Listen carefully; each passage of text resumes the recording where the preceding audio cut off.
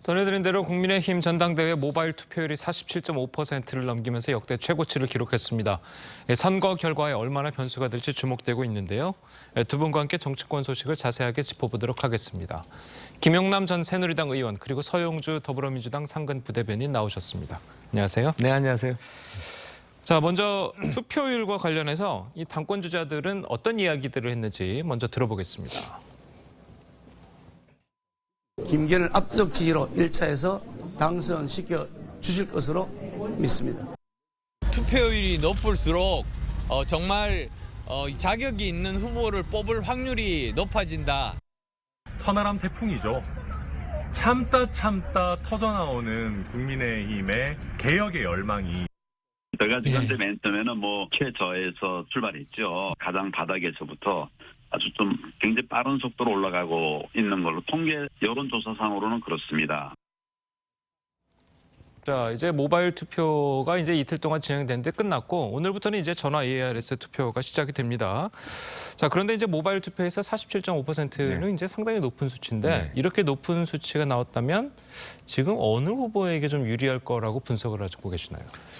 그래서 이제 투표율이 이렇게 높으면 통상 분석하기를 조직력에서 강한 후보가 그 장점을 살리기가 좀 어렵다고 분석을 하죠. 그러니까 이제 소위 당협별로 지지하는 당협위원장이나 현역 국회의원을 가장 많이 확보한 후보는 이제 조직력이 강하다고 보통 이야기하지 않습니까? 이제 투표율이 이렇게 높다 보면 사실은 당협에서 직접적으로 영향을 끼칠 수 있는 당원 숫자는 아무래도 제한돼 있고 그 외에 다른 당원들도 많이 투표에 참여하다 보니까 대중적인 인지도가 높거나 대중적 지지도가 높은 후보가 좀 더 조직력을 가진 후보보다 유리할 수는 있습니다만 글쎄 이게 어떤 특정 후보한테 유리하게 작용하기 위해서 아니면 어떤 특정 후보 때문에 투표율이 높다고는 저는 보지는 않습니다. 예, 알겠습니다. 자, 어쨌든 모바일 투표만으로도 이제 지난 전당대회 최종 투표율을 넘어섰고 오늘부터 있을 ARS 투표까지 한다면 이제 굉장히 높은 투표율이 나올 수도 있는데 자, 이렇게 전당대회 물론 상대당이긴 하지만 전당대회가 성공할 수 있었던 이유는 어디 있다고 보십니까? 성공할 수 있는 이유가 단순 수치는 아닌 것 같고요. 저희가 생각해야 될 부분 자체가 지금 저번 전당대회의 투표율과 지금 전당대회는 그 룰 자체가 다릅니다. 당시에는 국민 여론이 들어가 있었고요. 당원이 들어가 있었는데 지금은 당원 100%잖아요. 그러니까 당원 중심으로만 돼 있기 때문에 당연히 집중도가 높죠. 그러니까 투표율이 높게 나올 수밖에 없는데 제가 봐서는 높지 않아요. 이 지난 전당대회에 비해서는. 왜냐하면 국민 여론조사나 국민이 들어가 있었을 때는 투표율이 좀 낮을 수밖에 없음에도 불구하고 한 45%대라면 당원 100%면 한 60, 70%는 나와도 돼요. 완전 적극 지지층이잖아요. 그래서 저는 이 수치만 가지고는 지금 전당대회가 굉장히 성공적으로 이루어졌다라고 좀 냉정하게는 좀 보기 힘들 것 같고요. 두 번째는 그렇습니다. 지금 이 당원들 100% 투표가 이루어지기 때문에 물론 말씀한 대로 어떤 조직력 부분들에서 일정 부분들은 투표율이 높을수록 나름 유리한 고지를 점할 수 있지만 기본적으로는 이 나름대로 당원들이 계속해서 어떤 투표에 대한 의사를 표출한다는 것은 김기현 후보로 정해진 이번 전당대회 부분들을 천하람이라는 새로운 어떤 인물이 등장하면서 이거 뭔가 재미있어졌구나라는 관심도는 좀 높아졌다라고 좀 볼 수 있고요. 저는 개인적인 생각이지만 김기현 후보는 지금 이제 과반을 자신하고 있지만 지금 투표율을 봐서는 좀 나름 높잖아요. 그렇게 봐서는 결선으로 갈 수밖에 없는 상황 같다라고 좀 보고 있습니다. 방금 전에 이제 결선으로 갈 수밖에 없는 상황이라고 하셨는데 어떻게 보시기에는 어떻습니까? 결선 투표율이 이렇게 높은 거는 결선 투표 갈 가능성이 상당히 높다 이렇게 같이 분석을 하고 계신가요? 제가 보기엔 이렇게 투표율이 높은 가장 큰 이유는 지난 2021년 11월 초에 있었던 대통령 후보 당내 경선의 결과입니다. 사실은 그때는 이제 대선을 앞두고 당 후보가 누가 되느냐. 당시는 윤석열 후보와 홍준표 후보가 당내 경선에서 세게 붙었었는데요. 그때 당원들이 모바일 투표를 많이 참여를 했습니다. 아무래도 대통령 선거에 대한 관심이 높다 보니까요. 그때 당원 투표율이 제 기억에 한 64% 정도 나왔어요. 최종 투표율이. 그러니까 예. 이 모바일 투표에 대해서 생소했던 당원들도 그때 경험을 많이 해봤습니다. 그러다 보니까 모바일 투표를 쉽게 참여하게 되고 그러다 보니까 역대 전당대회 중에 가장 높은 투표율을 지금 보이고 있는데요. 예. 그래서 이 높은 투표 참여율이 어떤 특정 후보에게 유리하다, 뭐 불리하다라는 측면보다는 지난 대통령 선거 당내 경선을 겪으면서 당원들이 경험했던 모바일 투표의 편의성을 알고 있기 때문에 이렇게 투표율이 높게 나오는 것이고, 그게 어떤 특정 후보에게 유불리를 따지기보다는 높은 투표율로 인해서 결선 투표의 가능성이 더 높아졌다, 이렇게는 분석하기 좀 어려운 것이 아닌가 싶습니다. 그렇다면 결선 투표 안 가고 1차 투표에서 결정될 가능성도 있다고 보시는 건가요? 저는 뭐 50% 이상의 확률로 1차 투표에서 끝날 가능성이 있다고 봅니다. 왜 그렇게 분석을 하고 계신가요? 왜냐하면 2위 후보가 뚜렷하게 부상을 못했어요. 그러니까 소위 선거 캠페인을 시작할 때만 해도 양강 후보라고 해서 김기현 후보와 안철수 후보가 지지율이 엎치락뒤치락 했습니다만 예. 한 달간의 그 캠페인 기간을 거치면서 오히려 2위 후보가 좀 지지율이 지속적으로 하락하는 경향을 보였거든요. 그래서 1차 투표에서 끝날 가능성도 한 50% 이상의 확률로 있지 않을까 싶습니다. 예, 알겠습니다. 자, 그리고 이제 전당대회 내내 이른바 이제 윤심 논란이 뜨거웠습니다. 안철수 후보 측에서 대통령실 행정관이 참여한 단체 채팅방에서 김기현 후보를 지지하고 안철수 후보를 비방했다는 의혹을 제기하면서 이 대통령실의 정치 중립 위반을 주장하고 나섰습니다. 자, 대통령실이 정치 중립을 위반했다. 이게 어떻게 성립되는 말입니까? 어떻습니까? 정치 중립을 위반한 것도 같고 아닌 것 같기도 합니다. 예. 이것도 아니고 저것도 아닌 것 같지만 분명한 것은 참 대통령실이 일관성은 있다. 정말 이준석 전 대표를 토사구팽하고 나서 유승민 전 의원을 못 나오게 하기 위해서 당원 100%를 개정하고 나경원 의원을 무릎 꿇히고 그다음에 본인 윤심에 대해서 뭐 좀 거친 말을 하는 안철수 후보에 대해서 좀 나는 불쾌한 감정을 드러내고 그리고 나서 행정관들이 또 김기현 후보에 대해서 저런 식으로 선거에 개입하는 모양새다. 이거는 그냥 처음부터 끝까지 내가 원하는 대로 가야 돼. 그런 거 아니겠습니까? 당무 개입이죠. 전적으로 당무 개입이고 전당대회를 처음부터 끝까지 흔들겠다.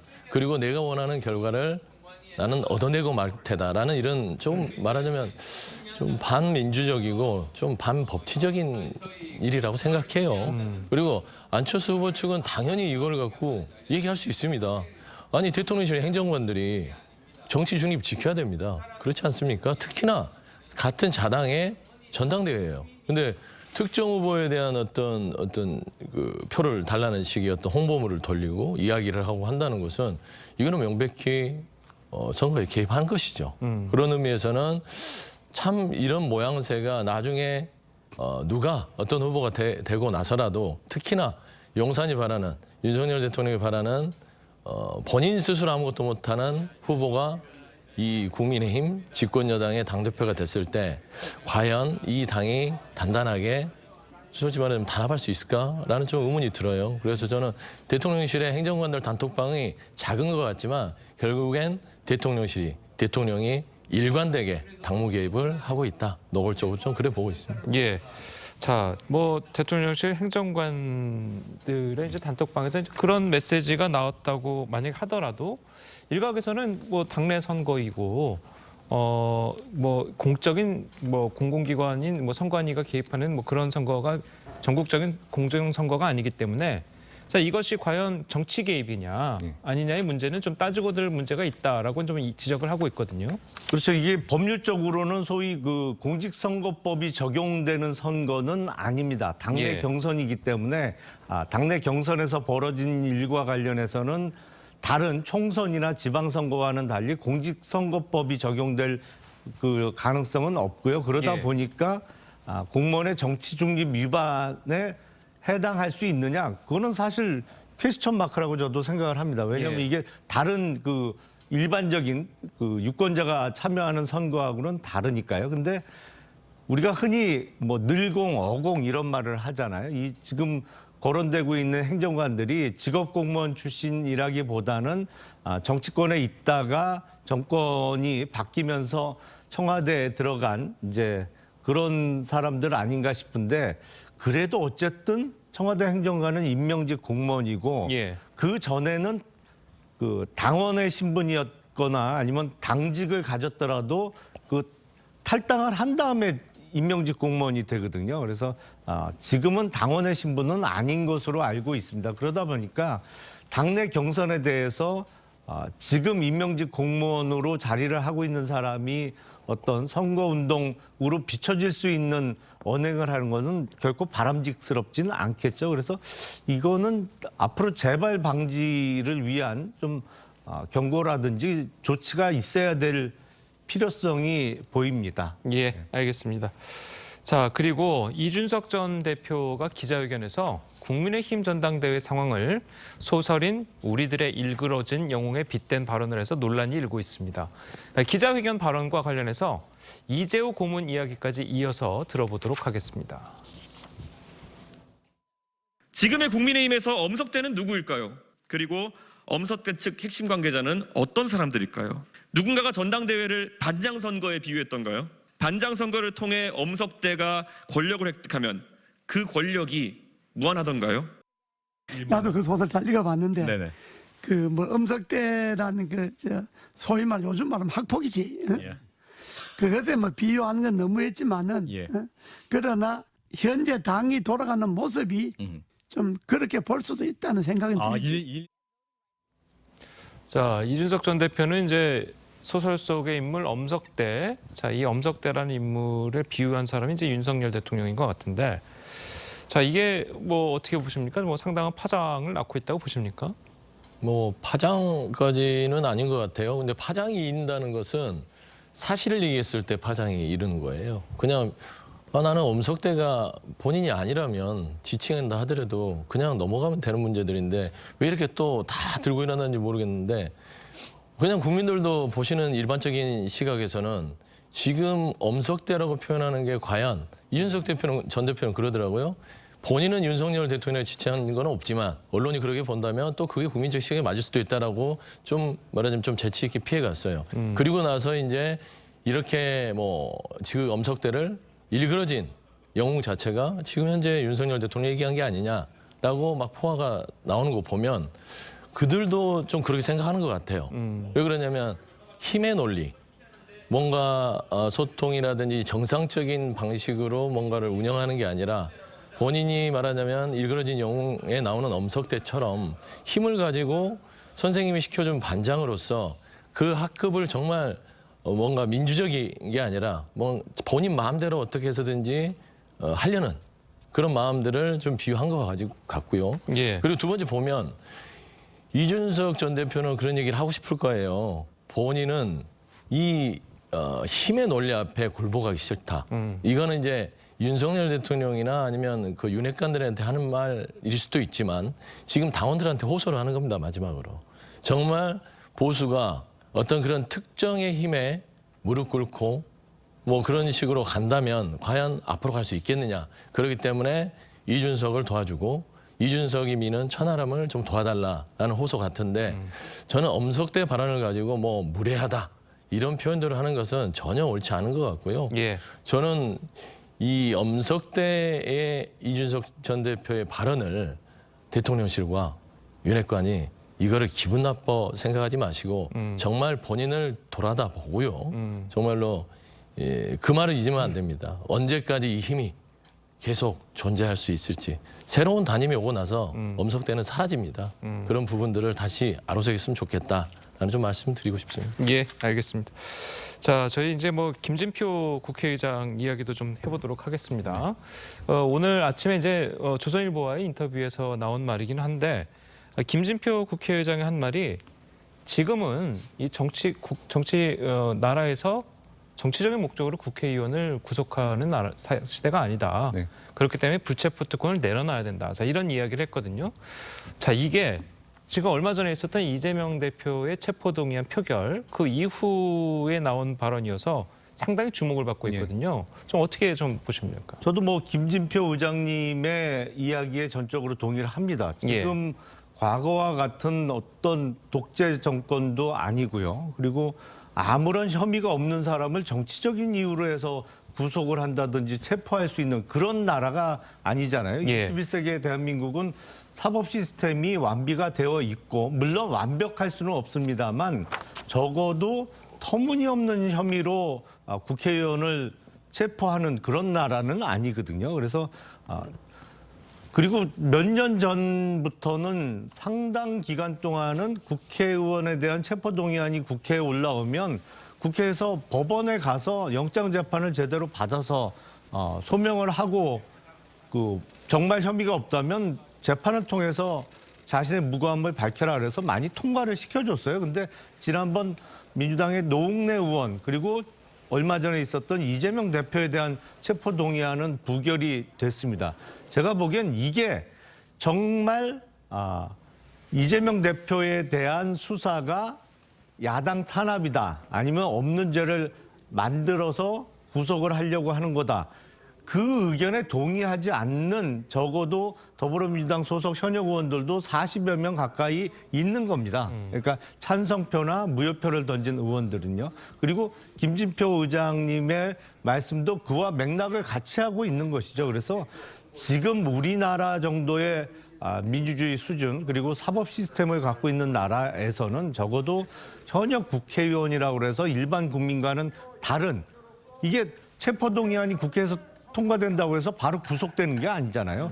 법원의 영장 재판에 참석해서 다른 국민들과 함께 재판을 받을 권리를 절차를 진행할 수 있도록 해주는 것밖에 의미가 없거든요. 그러니까 그걸 법원을 완전히 불신하기 전까지는 그렇게 체포동의안 단계에서 부결을 시킬 이유가 없거든요. 그래서 그거는 개헌이 이루어진다고 하면 우리 헌법이 제정될 때의 상황과는 전혀 다르기 때문에 이제는 폐지하는 게 맞겠다라는 생각이 듭니다. 자, 그래서 일각에서는 김진표 의장은 어쨌든 민주당 출신이잖아요. 지금은 국회의장이기 때문에 뭐 탈당을 해서 무당이긴 하지만 어쨌든 민주당에서 국회의원을 상당히 오랜 기간 해오셨고, 자 그런 분이 지금 이재명 대표의 체포동의안 처리 과정 이후에 나온 그리고 민주당의 이탈표가 굉장히 많이 나온 상황에서 김진표 의장까지 이런 발언을 했다는 것은 민주당 내에서도 지금 불체포 특권은 이제 더 이상 하면 안 된다. 자 이런 좀 이야기들이 좀 돌고 있는지 아니면 이런 생각들이 좀 자리 잡고 있는지 이게 좀 궁금하거든요. 아니 기본적으로 김진표 의장께서 하신 말은 개헌이 필요하다. 그렇죠. 개헌의 내용 중에 불체포 특권을 넣어야 된다라는 얘기를 하신 골자 같고요. 조금 더 오해를 하면 불체포 특권에 동의한다. 나도 이재명 대표에 대한 이런 불체포 특권 행사하는 것들이 마음에 안 든다라고 들릴 오해도 있어요. 하지만 기본적으로 불체포 특권은 여야 간에 오랫동안 이 부분은 기득 특권이기 때문에 내려놓자라는 논의를 해왔습니다. 갑자기 생겨난 게 아니고 그래서 불체포 특권 부분은 민주당 내에서도 이 부분을 굳이 두고 갈 이유는 없다. 그다음에 두 번째는 맞습니다. 우리나라가요 정말 87 이후에 정치민주화 이후에 독재 정권이나 독재 출현은 없을 것이라 생각하고 사회 자체가 뭐 국민중심주의로 해서 국민주권주의로 해서 민주주의가 많이 실현됐습니다. 하지만 윤석열 정부 들어서 이렇게까지 다시 돌아올 거라고 생각하지 못했어요. 역사는 반복이 되는데 좋은 역사가 반복되면 좋은데 안 좋은 역사도 반복되거든요. 지금 현재 검찰이 하는 일들은 검찰 독재가 분명하다라는 부분은 이런 검찰의 나라, 검찰의 시대가 돌아올 거라고는 아무도 상상하지 못했습니다. 그래서 이런 부분들을 멈춰준다면 저는 이런 것들이 좀 없어진다면 당연히 개헌을 통해서 불체포 특권은 내려놔야 된다는 부분들은 민주당 의원뿐만 아니라 모든 사람들, 국민들하고 같은 시각으로 보고 있다. 저는 그렇게 말씀드립니다. 예, 알겠습니다. 자, 오늘 두 분 말씀은 여기까지 듣겠습니다. 잘 들었습니다. 고맙습니다.